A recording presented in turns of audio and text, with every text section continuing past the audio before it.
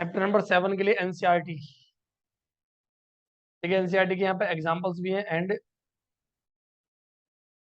Word problem, मतलब sorry exercise भी है। एग्जांपल एंड एक्सरसाइज दोनों। देखिए एग्जाम्पल नंबर 1 में आपसे बोला हुआ है डू द पॉइंट। जो पॉइंट है फॉर्म ट्रायंगल क्या है, ट्रायंगल ट्रायंगल बनाते हैं। अगर बनाते हैं तो उसका टाइप ऑफ ट्रायंगल बताओ। ऐसा ये क्वेश्चन मैंने अपने असाइनमेंट में कवर किया हुआ है, सेम ही क्वेश्चन। अगले क्वेश्चन में कहता है सो दैट द पॉइंट्स, ये 4 पॉइंट्स है, ये वर्टेक्स है किसके, स्क्वायर के। स्क्वायर के लिए क्या होता है कि चारों साइड इक्वल होंगी और साथ में डायगोनल्स भी इक्वल होंगे। एग्जाम्पल नंबर 3 इसकी फिगर है, छोड़ो।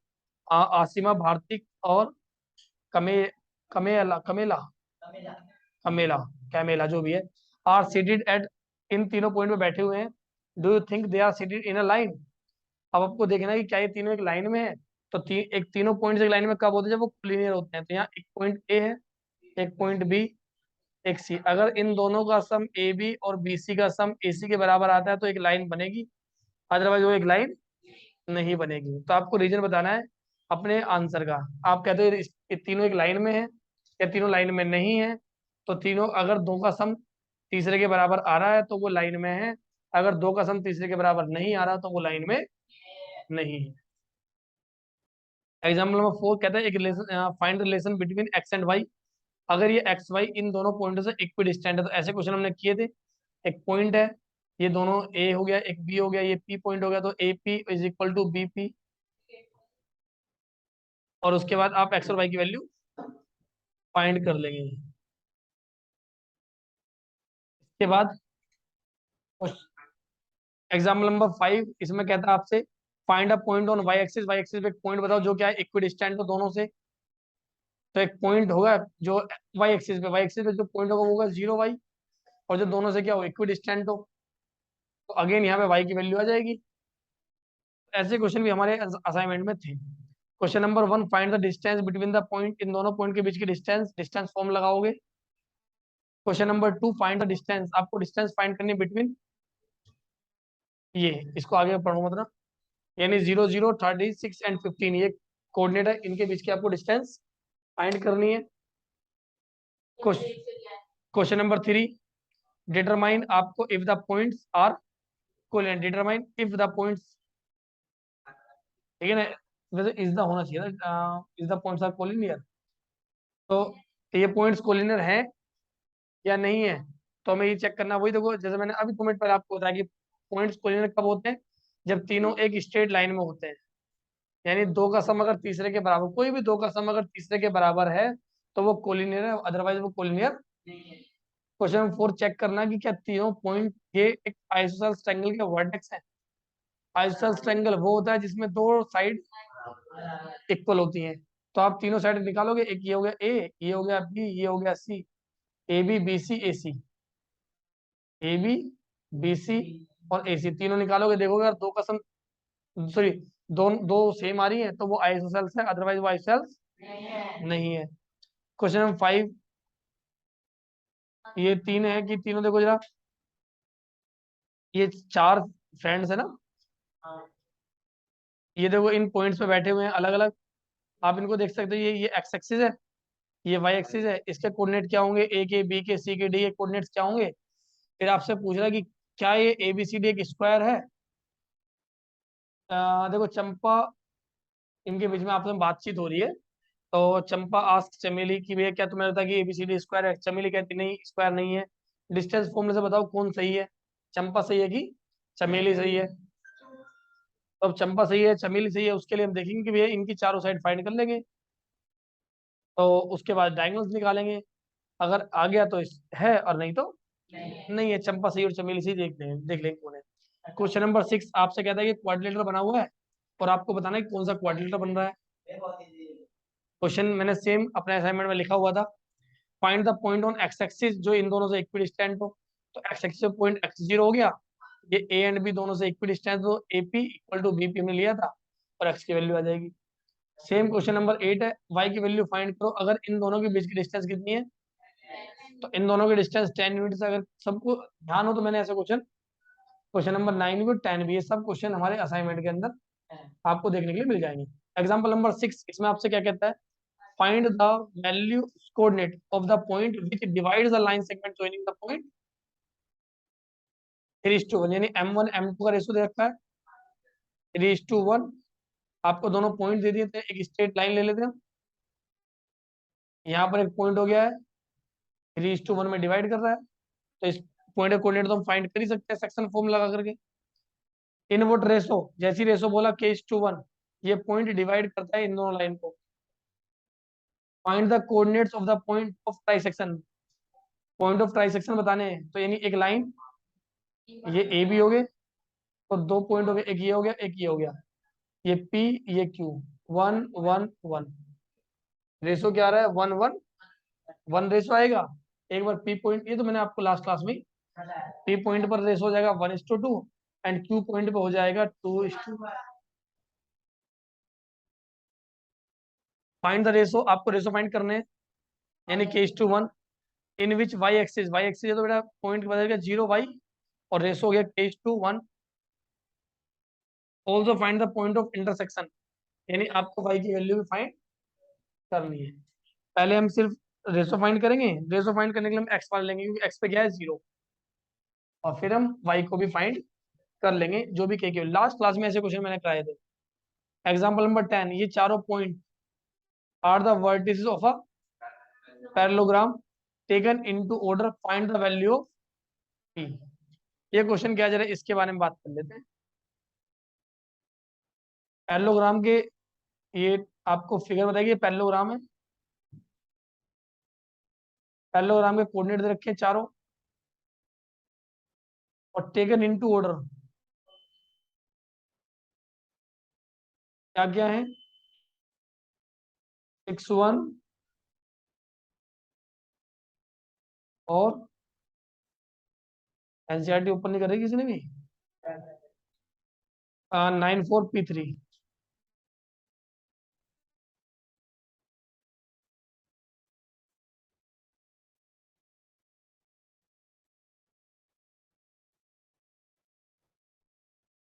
ये आपको चार कोऑर्डिनेट दे रखे हैं, कह रहा है ये बताओ इसमें पी की वैल्यू क्या होगी। तो मैं आपको बता देता हूँ, देखो पी की वैल्यू फाइंड करने के लिए आपको एक बात का और थोड़ा सा ज्ञान होना चाहिए, इनके डायगोनल्स का। ये जो डायगोनल्स होते हैं ना,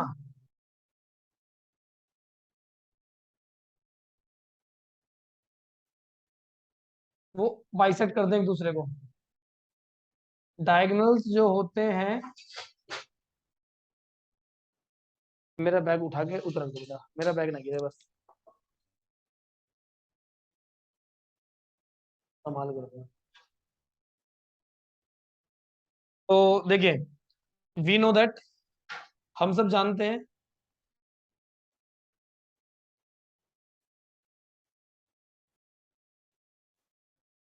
डायगोनल्स ऑफ पैरेललोग्राम, समांतर चतुर्भुज के विकर्ण समद्विभाजित करते हैं। We know that diagonals of parallelogram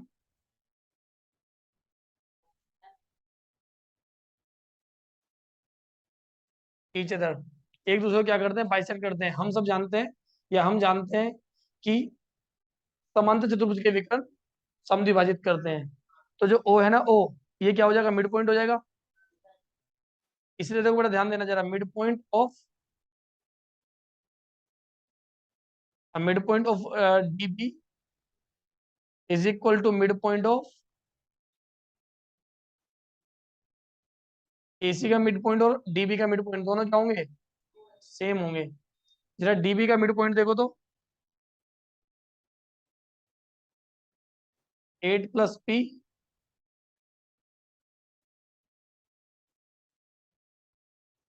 6 + 9 upon में 2 एंड 1 + 4 अपॉन में 2। याद है सबको मिड पॉइंट फॉर्मूला? कुछ बच्चे कह रहे कब लिखवाया था, हमें तो याद ही नहीं है। ये होता है, तो जब मैं डीबी का मिड पॉइंट निकालूंगा तो P + 8 और 3 + 2 लेंगे, और जब एसी का मिड पॉइंट होगा तो 6 + 9 एंड 1 + 4। देखो ये हो जाएगा 8 + P अपॉन में 2, ऐसे रहेगा। आप इसकी बात मत करो, हमें तो सिर्फ ये चाहिए ना, हमें तो पी की वैल्यू फाइंड करनी थी। हो सकता था क्वेश्चन में यहाँ पर इस 4 की जगह पे क्यू क्यू होता, 4 की जगह क्या होता क्यू होता, तो फिर हम यहाँ से क्यू फाइंड कर लेते हैं ऐसे करके। फिर हम क्यू फाइंड कर लेते हैं। क्या चीज?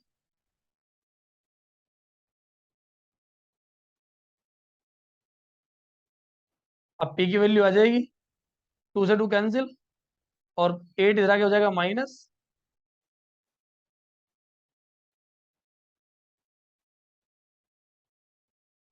ये था पी की वैल्यू फाइंड करने का तरीका। एक क्वेश्चन जो मैंने अभी अभी तक असाइनमेंट में कवर नहीं किया, मेरे असाइनमेंट और भी बहुत सारे क्वेश्चन है, बट हम अभी ज्यादा इस चैप्टर को नहीं खींचेंगे।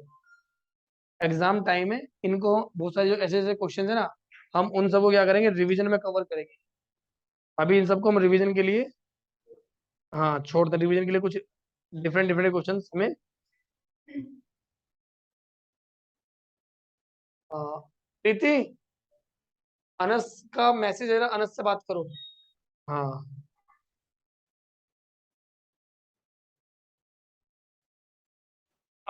Exercise 7.2, find the coordinates. उस कोऑर्डिनेट फाइंड करो जो इस 2 3 के रेशो में करता है। Find the coordinate of the point of bisection. नहीं भी करोगे चलेगा, क्योंकि हमने अगर असाइनमेंट में क्वेश्चन कर लिए तो यहाँ करने से कोई मतलब नहीं है, वही सब क्वेश्चन है, थोड़े बहुत मिलते जुलते हैं। क्वेश्चन नंबर 3 रहने दो। Question number 4, find the ratio. आपको रेशो फाइंड करना है जो इस लाइन, इन दोनों पॉइंट्स को डिवाइड, मतलब इन दोनों पॉइंट्स को -1/6 किस रेशो में डिवाइड करता है, 1:1, और ये पॉइंट हो जाएगा। आप सोल्व कर लेंगे। जब रेशो फाइंड करना है तो आप किसी भी एक को, एक्स या वाई को लेकर के भी कर सकते हैं। अगले में फाइंड द रेशो, जिसमें ये लाइन कौन डिवाइड करता है, find the point of division. Question cover assignment में है। देखो ये वाला क्वेश्चन जो अभी मैं डिस्कस कर रहा था, 1 2 4 5 4y x6 and 3 5, ये वर्टिस किसके हैं, इनको ऑर्डर में लो, और एक्स और वाई की वैल्यू अभी जो मैंने बताया बिल्कुल same as it is question होगा। वहां पे एक ही चीज गायब थी, यहाँ पे एक्स और वाई दोनों गायब है, मैंने वहां पे बता भी दिया था। क्वेश्चन नंबर 7, देखो कहता है find the coordinate of A point A. आपको एक कोऑर्डिनेट ए के फाइंड करना है जहां आपको बताया है ए B is diameter of a, और जिसका सेंटर आपको दिया हुआ है, बी कोऑर्डिनेट दिया हुआ है। यानी में काम करते हैं, सर्कल बना लेते हैं पहले।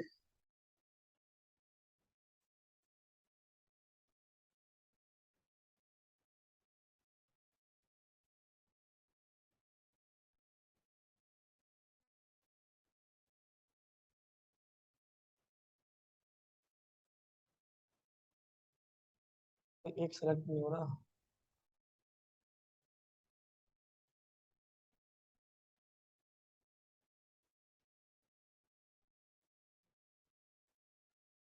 देखिए एक सर्कल है, इसमें आपको एक दिया डायमीटर,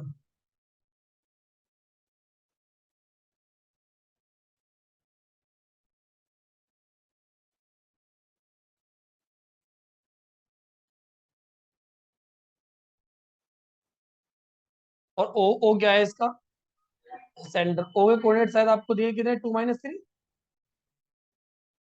क्या दिए थे, 2 - 3 कोऑर्डिनेट थे, और बी दे रखा था 1 4।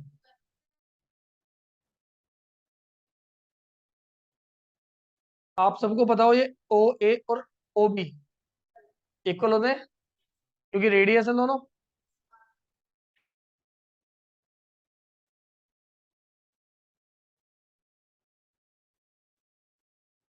क्या हो रहा है ये,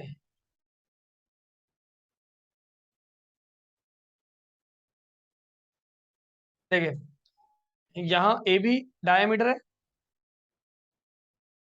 ओ is radius, sorry O is centre. तो देखिए जरा, अगर ओ सेंटर है तो ओ ए किसके इक्वल होगा बेटा, ओ बी के इक्वल होगा, क्योंकि रेडियस है, इसलिए हम इसको बोलते हैं O is,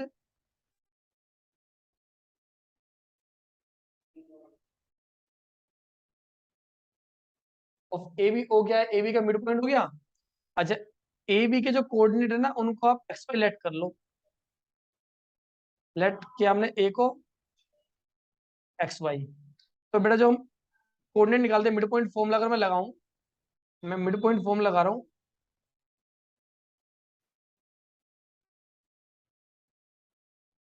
mid point formula x plus 1/2 y plus 4/2 is equal to 2 and minus, देखो यही तो मिड पॉइंट है ना इसका, x का मिड पॉइंट देखेंगे तो ये x, इसका मिड पॉइंट 2 है, और अगर y की बात करें तो y का मिड पॉइंट 3 रहने वाला है, ठीक है ना, y कोऑर्डिनेट का -3 रहने वाला है। अब क्या, बस सोल्व कर दो। देखो x plus 1/2 is equal to 2 and y plus 4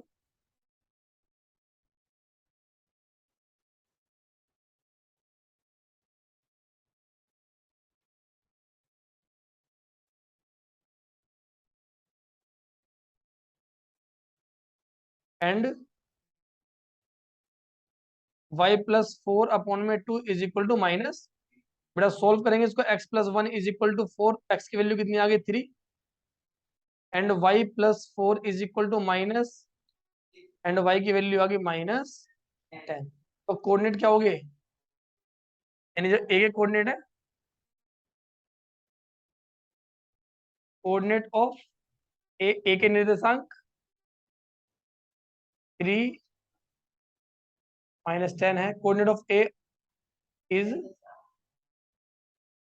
ठीक है ना, हिंदी में लिख लेना बेटा, इसके जो निर्देशांक है वो 3 1 है, ए के निर्देशांक 3 1 है। इसके बाद क्वेश्चन नंबर 8 अभी कराता हूं मैं। 9 क्वेश्चन देखो जरा, इसमें आपको बोलते हैं कि ए बी एक कोऑर्डिनेट, ए और बी लाइन सेगमेंट है, इसको 4 इक्वल पार्ट में डिवाइड करना है, तो देखो ये ए बी हो जाएगा,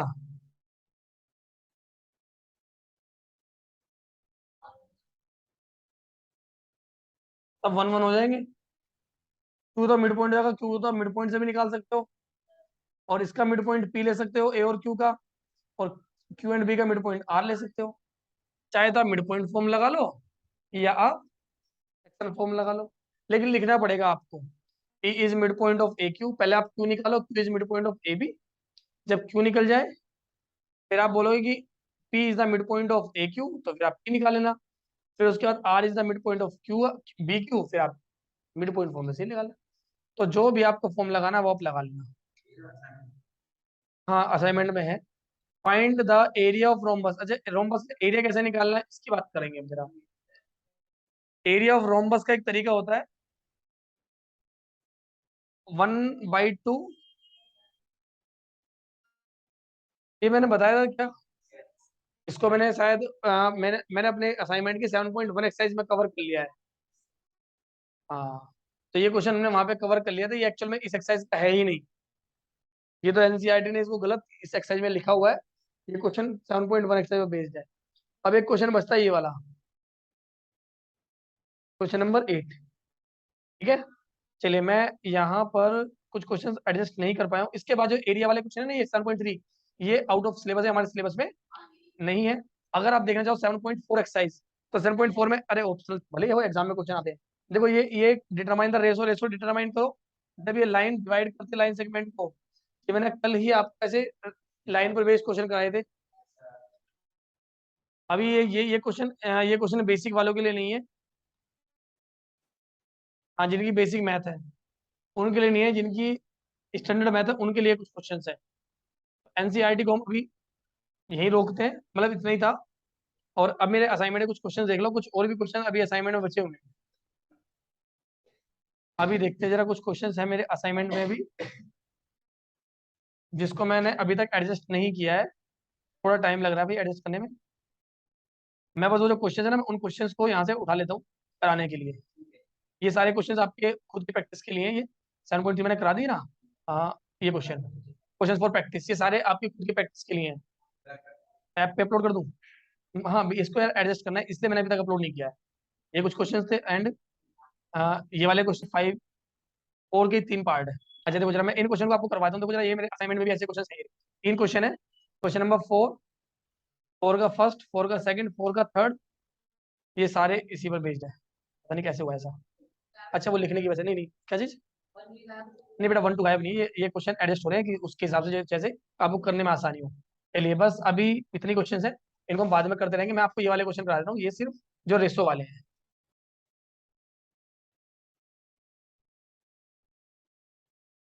5 का, 4 का फर्स्ट, सेकंड एंड थर्ड।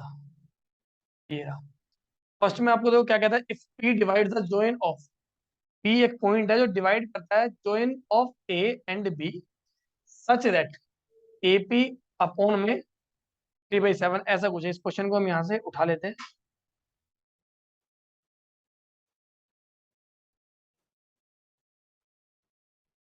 देखते हैं पेस्ट हो जाएगा वैसे तो।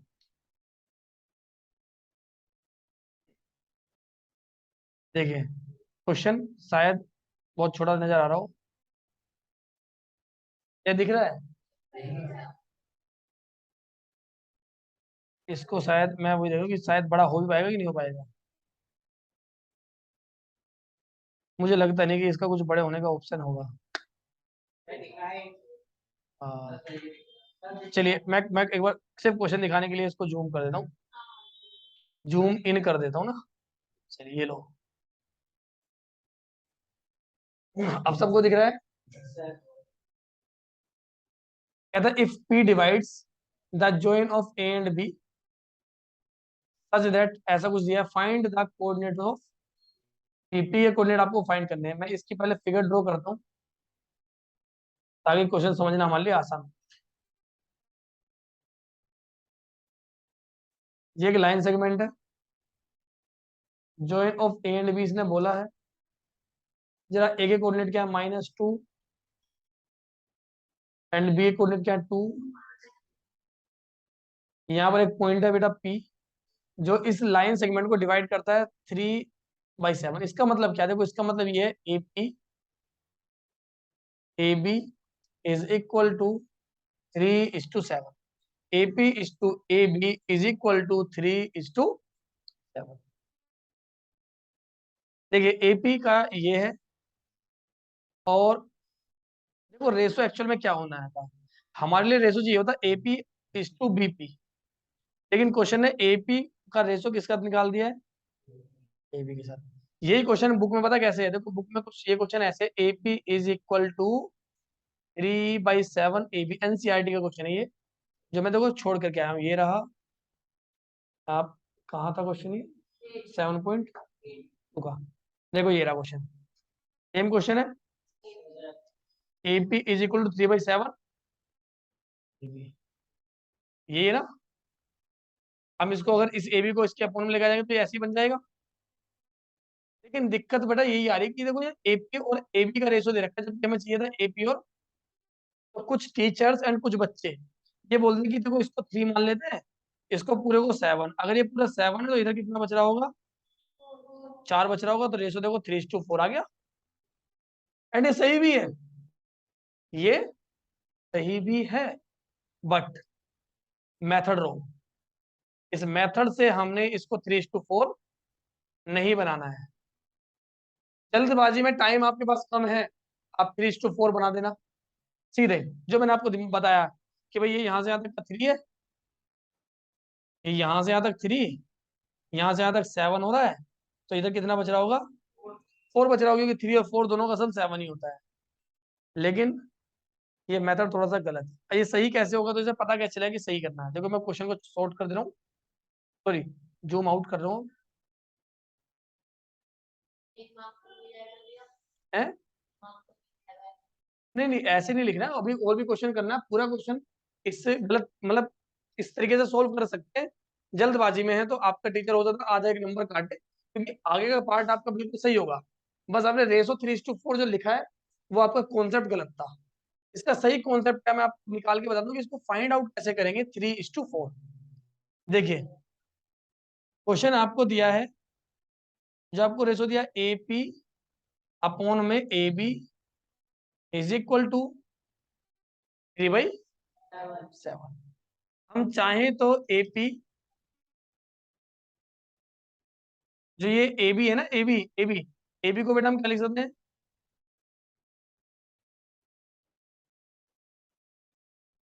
ऐसे लिख सकते हैं। अब एक छोटा सा काम करें, इनको रेसिप्रोकल कर लो पहले।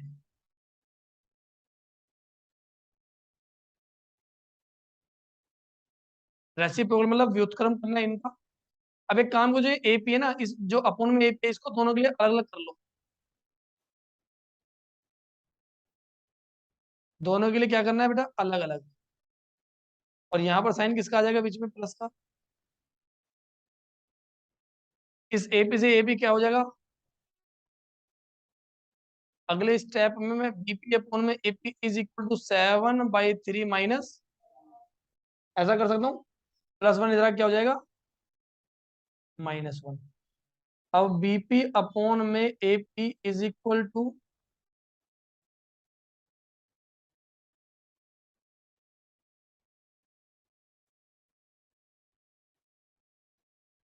अगर यहाँ पर मैं एपी और बीपी का रेशो निकालूं, दिस मेथड इज करेक्ट, ये मेथड सही है बेटा। अब देखो जरा प्लीज ध्यान देना, जरा अब क्वेश्चन, अब ये क्वेश्चन खत्म। देखो रेशो कितना आ गया, 3:4 आ गया। बस अब आपको क्या इसके कोऑर्डिनेट निकल सकते सेक्शन 4 में से, बताओ, निकल जाएंगे ना। बस तो चैप्टर मेरे हिसाब से ये समाप्त है, ठीक है ना। अभी इसमें कुछ और क्वेश्चन बचते हैं, मैंने पहले ही बोल दिया है कि मैं उनको रिवीजन टाइम के लिए अभी पेंडिंग करता हूँ। एंड वो क्वेश्चन बेसिक मैथ के नहीं है, वो क्वेश्चन जो अभी रहते हैं वो स्टैंडर्ड मैथ के लिए है। एक बार जरा इसको नोट कर लो, जो जो नोट करने के लिए है।